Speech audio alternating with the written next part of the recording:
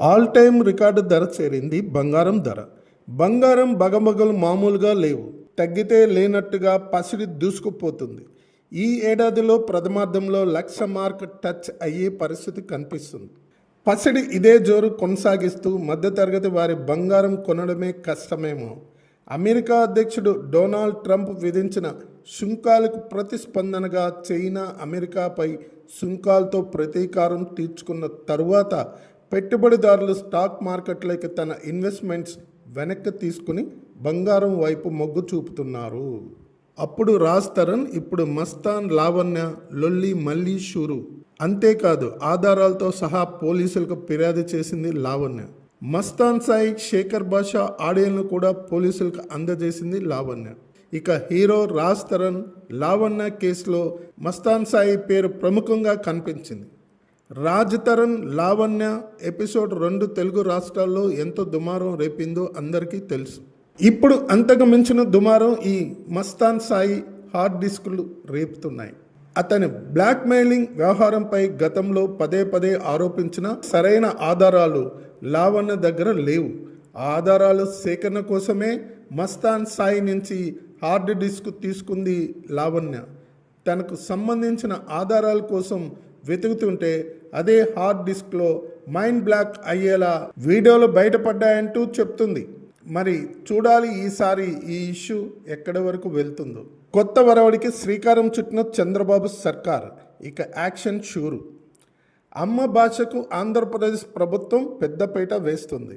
ఇకపై ఏపీ ప్రభుత్వం ఉత్తర్వులు తెలుగులో వెలువడనున్నాయి. తెలుగు భాష పరిరక్షణకు అందరూ కృషి చేయాలని ఏపీ సీఎం చంద్రబాబు నాయుడు పిలుపునిచ్చారు.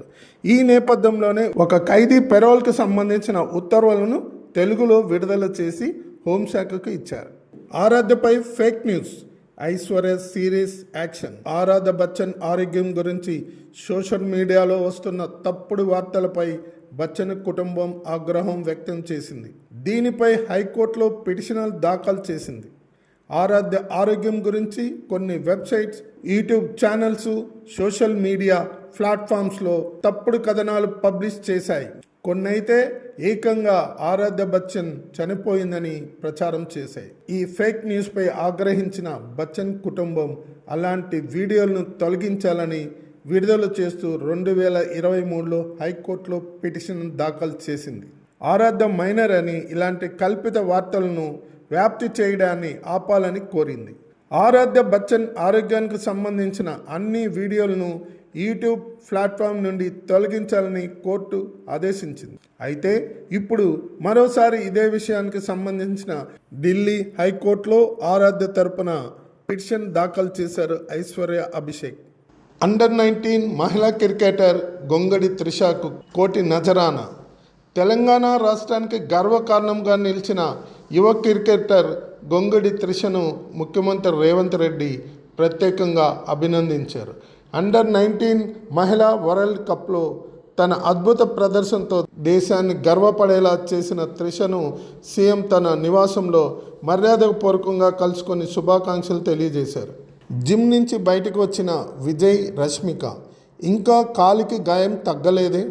రష్మిక, విజయ్ దేవరకొండ ఇద్దరు డేటింగ్ చేస్తున్నారని, పీకల్లోతు ప్రేమలో ఉన్నారని రూమర్లు వస్తూనే ఉంటాయి. ఈ రూమర్లకు బలం చేకూర్చేలా ఇద్దరు కలిసి వెకేషన్లకు వెళ్తుండటం, ఒకరు వేసుకున్న టీషర్టు ఇంకొకరు వేసుకోవడం, ఒకరు ధరించిన టోపీని మరొకరు ధరిస్తూ కనిపించడం వంటి వాటితో ఈ రూమర్లకు బలం చేకూరున్నట్లు అవుతుంది. రష్మిక పెళ్లి టాపిక్ను బాలయ్య తీయడంతో నెట్టింట్లో మరోసారి రచ్చగా మారింది. రష్మిక, విజయ్ జిమ్ నుంచి బయటికి వస్తున్న వీడియో అయితే కనిపిస్తుంది. నెట్టింట్లో ఈ వీడియో బాగానే కనిపిస్తుంది. ఇక వీరిద్దరూ అధికారంగా ప్రకటించడమే తరువాయి అన్నట్టుగా మారింది.